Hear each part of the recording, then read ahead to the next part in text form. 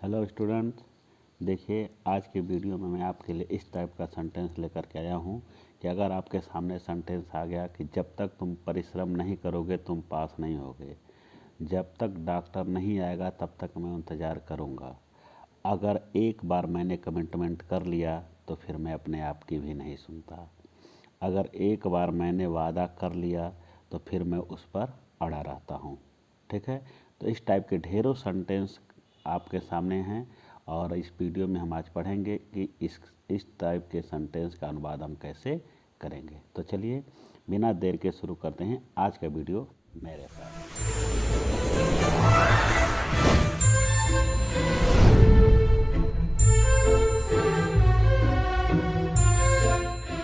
तो मैं हूँ आपका योगेंद्र सर और स्वागत करता हूँ आपके अपने यूट्यूब चैनल ज्ञान शिक्षा इंग्लिश क्लासेस में। स्टूडेंट, आज के वीडियो में हम लोग पढ़ेंगे कि अनटिल और अनलेस का यूज कैसे करते हैं। ठीक, अनटिल का अर्थ होता है जब तक नहीं और अनलेस का अर्थ भी होता है जब तक नहीं, लेकिन दोनों में एक बेसिक डिफरेंस है।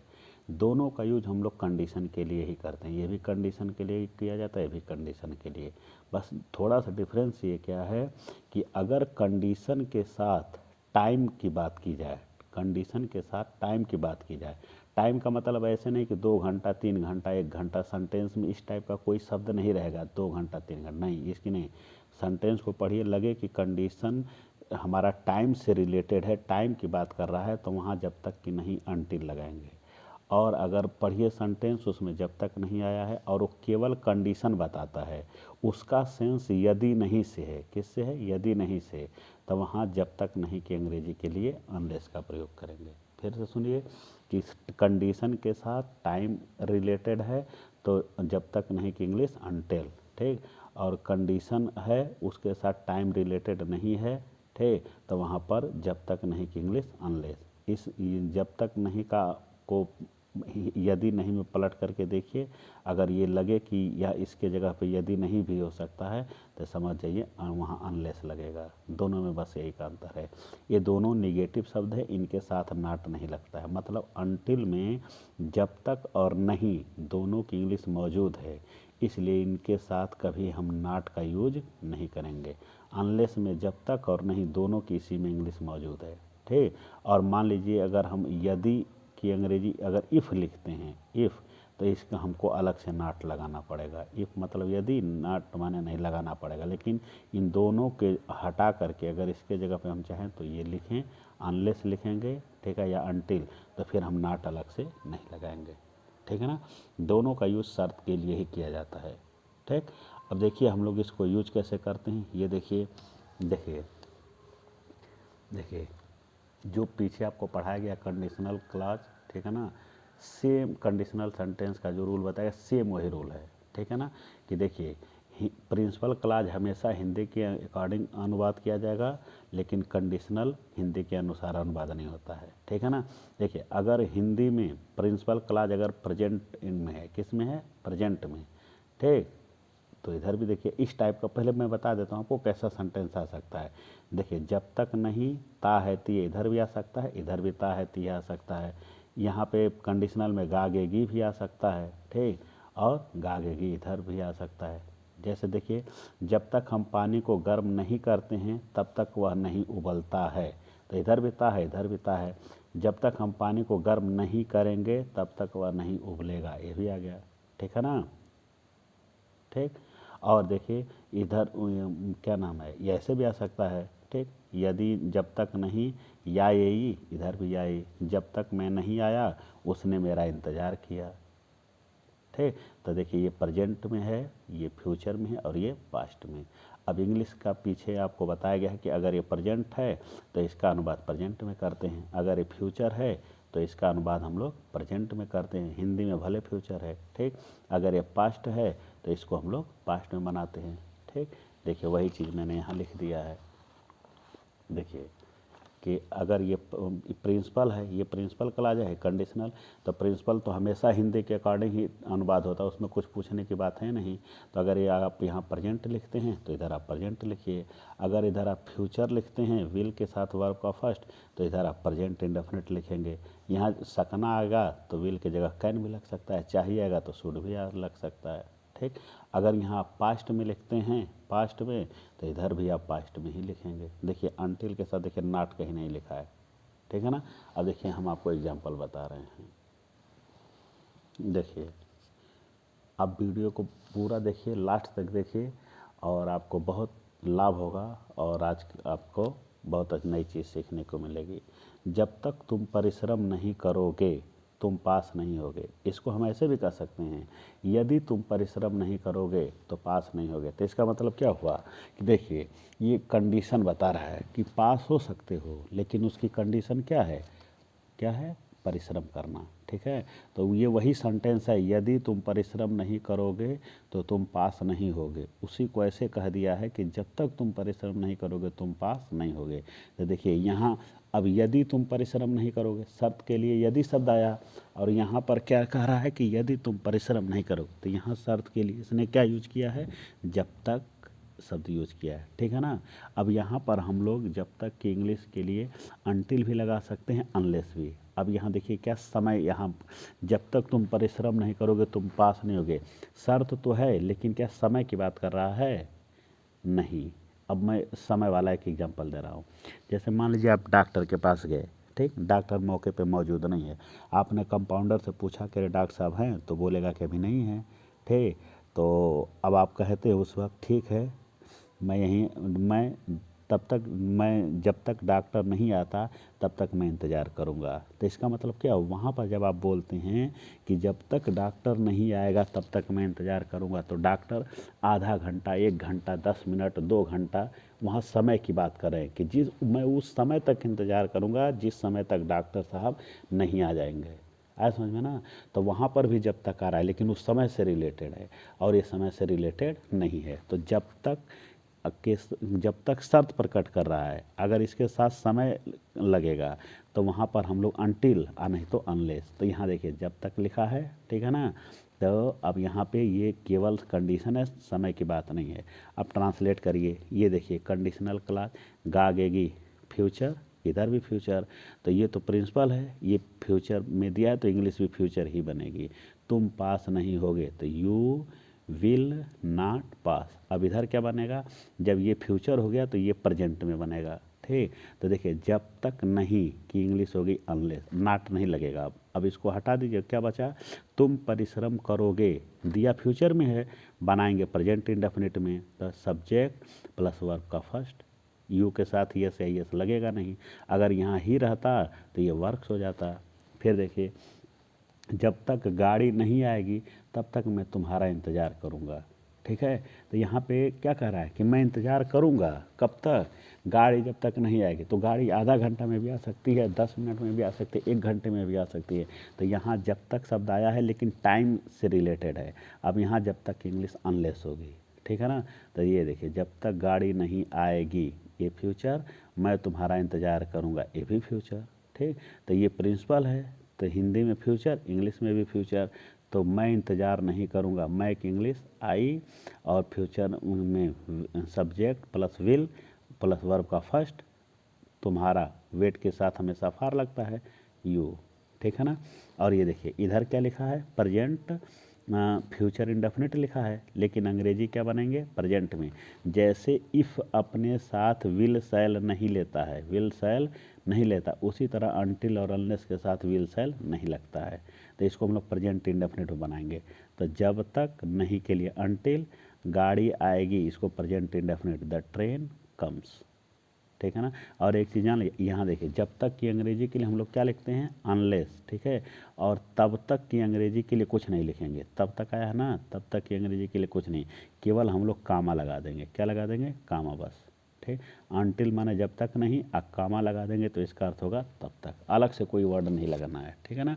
फिर देखिए जब तक डॉक्टर नहीं आएगा तब तक हम उसका इंतज़ार करेंगे। तो यहाँ देखिए जब तक डॉक्टर नहीं आएगा, तो डॉक्टर आधा घंटा में भी आ सकता है, 1 घंटे में भी आ सकता है। तो यहाँ पे भी यहाँ जो जब तक है ये टाइम से रिलेटेड है, यहाँ पर हम लोग अनटिल का प्रयोग करेंगे। तो यहाँ देखिए इधर गा, इधर भी आया, इधर भी गा आया। तो ये कंडीशनल है, दिया फ्यूचर में है, अंग्रेजी प्रेजेंट में बनेगी। तो जब तक की अंग्रेजी अनटिल, ये present indefinite, the doctor comes, तब तक के लिए कामा, हम उसका इंतज़ार करेंगे। ये प्रिंसिपल है, फ्यूचर है, इंग्लिश भी फ्यूचर बनेगा।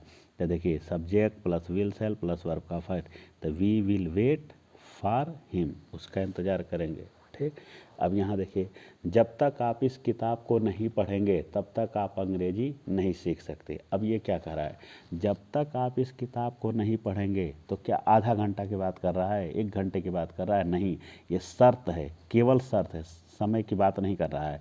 आपको अंग्रेजी सीखना है तो आपको यह किताब पढ़ना ही पड़ेगा। अब यहाँ जब तक इंग्लिश का लिखेंगे अनटिल, तो ये देखिए फ्यूचर, इधर भी इधर आपका प्रेजेंट है, तो इसको फ्यूचर में लिखा है तो अंग्रेजी प्रेजेंट में बनेगी।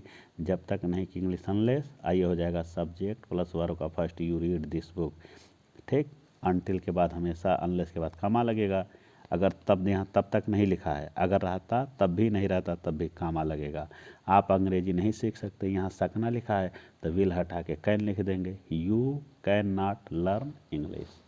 ठीक, देखिए एक ये देखिए, जब तक मैं नहीं आया तुम नहीं गए, जब तक मैं नहीं आया तुम नहीं गए, तो जब तक मैं नहीं आया तुम नहीं गए, तो इसका मतलब क्या हुआ, यहाँ पे समय की बात कर रहा है। ठीक, वो जब तक आप किसी से कह रहे हैं कि मोहन मेरा इंतज़ार कर रहा था, लेकिन वो जब तक नहीं गया जब तक कि मैं नहीं आया, तो इसका मतलब कि आप समय की बात करें, 1 घंटा 2 घंटा 4 घंटा, समय से रिलेटेड है। तो यहाँ पे जब तक की अंग्रेजी अनटिल। अभी देखिए, जब तक मैं नहीं आया, इधर भी आया, ये बीती हुई बात कर रहा है। तुम नहीं गए, ये प्रिंसिपल पास्ट है, किस में है, पास्ट, तो ये भी पास्ट हो जाएगा। तो तुम नहीं गए, past indefinite, you did not go, इधर भी हो जाएगा आपका पास्ट। ठीक, तो जब तक नहीं के लिए आई, और ये हो जाएगा पास्ट इंडेफिनिट मैं, आना की इंग्लिश कम का केम। ठीक है, चलिए, तो अब एक चीज़ और जान लिए कि अगर जहाँ पर अनटिल और अनलेस लगा है, ठीक है ना, अगर हम इस सेंटेंस को इफ से भी चाहें तो बना सकते हैं, इफ से भी हम बना सकते हैं। इसको हम ऐसे भी लिख सकते हैं कि देखिए, इफ़ जब तक मैं नहीं आया तब तक तुम नहीं गए, ठीक है ना, इसको हम ऐसे भी लिख सकते हैं कि if I did not come you did not go, ऐसे भी लिख सकते हैं। जब तक आप यह किताब को नहीं पढ़ेंगे, तो if you do not read this book you can not learn English until the doctor comes, इसको हम ऐसे भी लिख सकते हैं, इफ़ द डॉक्टर, ठीक, डज नॉट कम, ऐसे भी लिख सकते हैं इस सेंटेंस को। लेकिन इफ़ और अनटिल में यही अंतर है कि इफ़ लगाएंगे तो तीव्रता थोड़ा इसकी घट जाएगी, मतलब जो आवेग होता है बोलने का, जो आदमी का मानसिकता होती है उस समय वो घट जाता है, बस इतने का अंतर है। ठीक है ना, तो अनटिल की जगह देखिए, अनटिल की जगह हम चाहें तो इफ़ भी लगा सकते हैं। ठीक है, तो इफ़ इसमें देखिए नाट अलग से नहीं लगता है, लेकिन यहाँ आपको नाट लगाना पड़ेगा, बस ये। ठीक, आगे देखिए, अगला रूल है, देखिए जो हम वंस मतलब एक बार, जैसे था ना कि अगर एक बार मैंने कमिटमेंट कर लिया तो मैं अपने आप की भी नहीं सुनता, उसका ट्रांसलेशन ये भी कंडीशनल है। ठीक है, ये भी क्या है, कंडीशनल ही है। ठीक है, बस अंतर क्या है कि कंडीशन प्रकट करने के लिए कभी यदि अगर आता है, कभी जब तक नहीं, यहाँ कंडीशन प्रकट करने के लिए अगर शब्द आया है, क्या आया है, अगर। ठीक है ना, बस यही अंतर है कि यहाँ पर जो काम यदि और जब तक कर रहा है वही काम यहाँ पे ये कर रहा है अगर एक बार। ठीक है, तो अगर एक बार मैंने वादा कर लिया, तो अगर एक बार की अंग्रेजी होगी वंस। ठीक है ना, क्या होगा, वंस। ठीक, अब बाकी सेम रूल पीछे का ही है। देखिए, ये आपका कंडीशनल क्लॉज, ये आपका प्रिंसिपल क्लॉज। प्रिंसिपल हिंदी के अनुसार जो टेंस रहेगा उसी में बनाएंगे। ठीक, इसी के अनुसार इसको बना लेंगे। ठीक, किसको बना लेंगे, इसको। और एक चीज़ और जान लीजिए कि देखिए, वंस ये कंडीशनल क्लॉज है। ठीक है, वंस के साथ यहाँ कभी ना तो फ्यूचर आएगा ना पास्ट आएगा, तो इसका मतलब क्या हुआ, ये केवल प्रेजेंट में बनेगा। किस में बनेगा, प्रेजेंट में। ठीक है, वंस के साथ कभी भी पास्ट टेंस, यहाँ पे पास्ट नहीं हो सकता, फ्यूचर भी नहीं हो सकता, तो बचा क्या, प्रेजेंट। तो इसका मतलब कि यहाँ पर केवल आपको प्रेजेंट ही लिखना पड़ेगा। ठीक है ना, देखिए, अगर एक बार मैंने वादा कर लिया तो मैं उस पर अड़ा रहता हूँ। ठीक है ना, तो देखिए अगर, अगर की अंग्रेजी क्या लिखेंगे, वंस। इधर क्या बनाएंगे, प्रेजेंट इंडेफिनिट। या यही पर मत जाइए, अगर एक बार मैंने वादा कर लिया तो इसका मतलब हो गया अगर मैं एक बार वादा करता हूँ तो उस पर अड़ा रहता हूँ, वंस के साथ हमेशा प्रेजेंट इंडेफिनिट। ठीक है, तो once I make a promise, वादा करना का अंग्रेजी मेक ए प्रॉमिस। ठीक, अगर एक बार वह वादा करता है तो ही मेक्स, ठीक, मैं उस पर अड़ा रहता हूँ, ये भी present indefinite. Subject plus verb का फर्स्ट, आई स्टिक, स्टिक का मतलब अड़ा रहना, स्टिक के बाद टू लगता है प्रीपोजिशन, और इसका अंग्रेजी इट। ठीक, आगे देखिए, देखिए अगर एक बार मैंने कमिटमेंट कर लिया तो फिर अपने आप की भी नहीं सुनता हूँ। अगर एक बार मैंने कमिटमेंट कर लिया तो फिर अपने आप की भी नहीं सुनता हूँ। अब यहाँ पे देखिए, अगर एक बार मैंने कमिटमेंट कर लिया तो इसका मतलब क्या हो गया, अगर एक बार मैं कमिटमेंट कर लेता हूँ तो अपने आप की भी नहीं सुनता हूँ। ठीक है, तो ये अगर एक बार की इंग्लिश क्या होगी, वंस। अब मैं कमिटमेंट कर लेता हूँ, प्रेजेंट इंडेफिनिट, आई मेक ए कमिटमेंट। मैं, ये प्रेजेंट इंडेफिनिट, मैं नहीं सुनता हूँ, आई डोंट हियर। और कहेंगे भी की इंग्लिश इवन, ठीक, अपने आप, my self, I don't hear even my self. ठीक है ना, तो बस एक चीज़ याद रखिए कि अगर एक बार की इंग्लिश क्या होगी, वंस। ठीक है, वंस मीन्स अगर एक बार, और इसके साथ हमेशा प्रेजेंट ही लगेगा, इसके साथ पास्ट नहीं आएगा, इसके साथ फ्यूचर नहीं आएगा, केवल क्या आएगा, प्रेजेंट। अब उम्मीद करता हूँ कि आपको ये पूरी तरह से समझ में आया होगा, और अगर समझ में आया तो ये आपके लिए सेंटेंस है, आप देखिए इसको। ठीक है, थोड़ा ध्यान से देखिए और इसको आप बनाने का प्रयास करिए। देखिए जब तक आप प्रैक्टिस नहीं करेंगे तब तक कुछ नहीं हो सकता है, इसलिए प्रैक्टिस करना अनिवार्य है। देखिए रुकिए, मैं थोड़ा सा इसको जूम कर देता हूँ तब ये पूरा आएगा। चलिए देखिए, ये आप फिर से देखिए, शुरू से देखिए। देखिए अब आपको इसमें से कुछ सेंटेंस मैंने बता दिए हैं और कुछ आप देखिए।